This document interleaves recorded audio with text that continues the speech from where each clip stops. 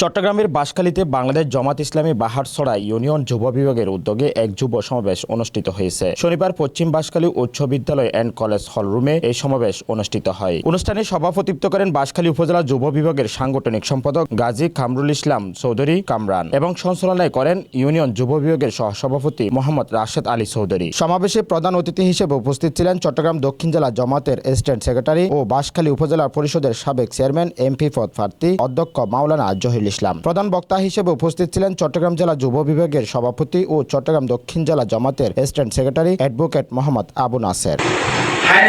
এছাড়াও বক্তব্য রাখেন উপজেলা জামাতের সেক্রেটারি অধ্যক্ষ আরিফুল্লাহ, উপজেলা জামাতের অফিস সম্পাদক মাওলানা মুজিবুর রহমান, উপজেলা যুব বিভাগের সভাপতি কোরশেদ আলী চৌধুরী এবং বাহারছড়া ইউনিয়নের জামাতের আমির হাসান আজাদ চৌধুরী।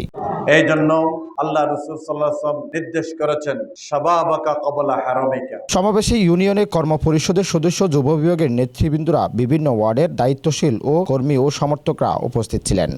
Mohammad Aminul Islam, CTG channel 9, Chittagong.